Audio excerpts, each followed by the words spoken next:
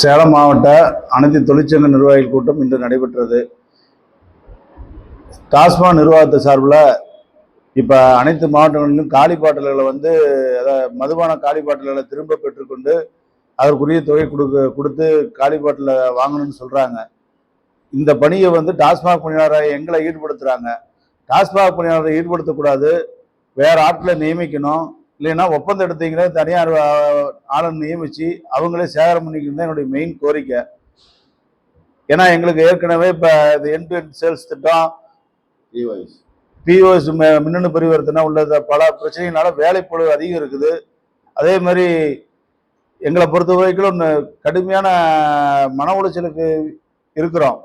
இந்த சூழ்நிலை காலி பாட்டிலும் சேகரம் செய்யும் போது சேகரம் செய்யும்போது சில வாடிக்கையாளர்லாம் ஒரு சில மாவட்டங்கள்ல என்ன பண்ணிக்கிறாங்கன்னா சிறுநீர் கழிச்சு கொடுக்கறது பாட்டல்ல அசுத்தமான இது பண்றது இருக்குது. இதனால பணியாளர்கள் தொற்று ஏற்படும் வாய்ப்புள்ளது.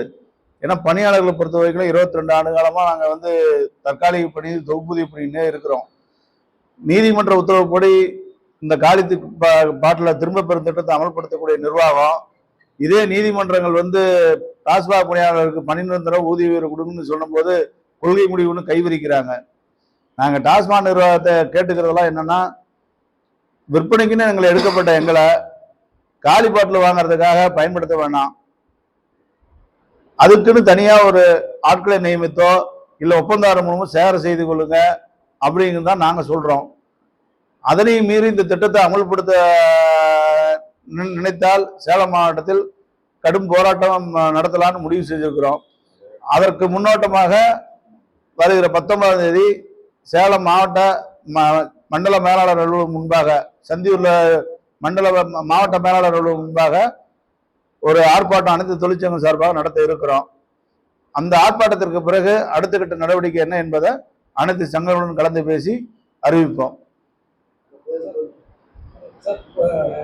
அதாவது அந்த காலி பாட்டில் எடுக்கிறதுக்கு ஆட்கள் நியமிக்கணும் அப்படின்னு சொல்லிட்டு ஏற்கனவே தமிழக அரசு நிதி நெருக்கடியில் இருந்து இந்த சூழ்நிலையில புதுசாக பணியாளர்கள் போட்டு அவங்களுக்கு ஊதியமாக கொடுத்து இன்னும் நெருக்கடிக்கு தானே அரசு உள்ளாகும். அதை கொண்டு நாங்கள் அரசுக்கு நெருக்கடி தர விரும்பல.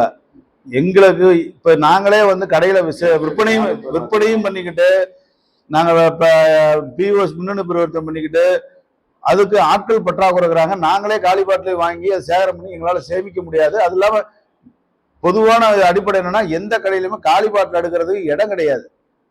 காலி பாட்டில் எடுக்கிறதுக்கு இப்போ நீங்கள் பார்த்தீங்கன்னா எந்த ஒரு டாஸ்மாக் கடைகளையும் அருகில் இடம் இருக்காது. காலி பாட்டில் அடுக்குனா அது யாராவது தூக்கிட்டு போயிட்டாலும் பணம் போனாவே திருட்டு புகார் கொடுத்தா காவல்துறை ஏற்றுக்க மாட்டேங்குது. காலி பாட்டில் காணொன்னு போய் புகார் கொடுத்தா ஏற்றுப்பாங்களா? நாங்கள் நிர்வாகத்துக்கிட்ட வைக்கிற கோரிக்கை, இல்லையா ஒப்பந்தம் எடுத்துக்கிறாங்க அவங்க மூலியமா ஆட்களை போட்டு சேகரம் பண்ணிக்கலாம். ஏன்னா காலி பாட்டில் ஒப்பந்ததாரர் காலி பாட்டில் சேகரம் செய்து வருவது அவருடைய பணி. எங்களுடைய கோரிக்கை, இந்த திட்டத்தில் டாஸ்மாக் பணியாளர்களை பயன்படுத்தக்கூடாது.